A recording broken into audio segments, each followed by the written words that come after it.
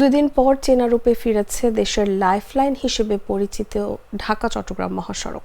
ঈদের দিন সন্ধ্যা থেকে গাড়ি চলাচল কিছুটা শুরু হলেও এখন বাড়তে শুরু করেছে।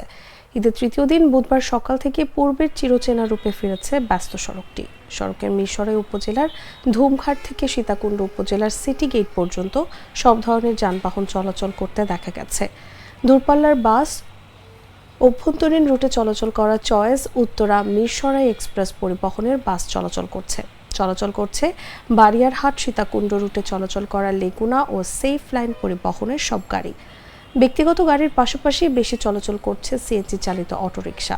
তবে সড়কে গাড়ির চাপ বাড়লেও কোনো ধরনের যানজট দেখা যায়নি।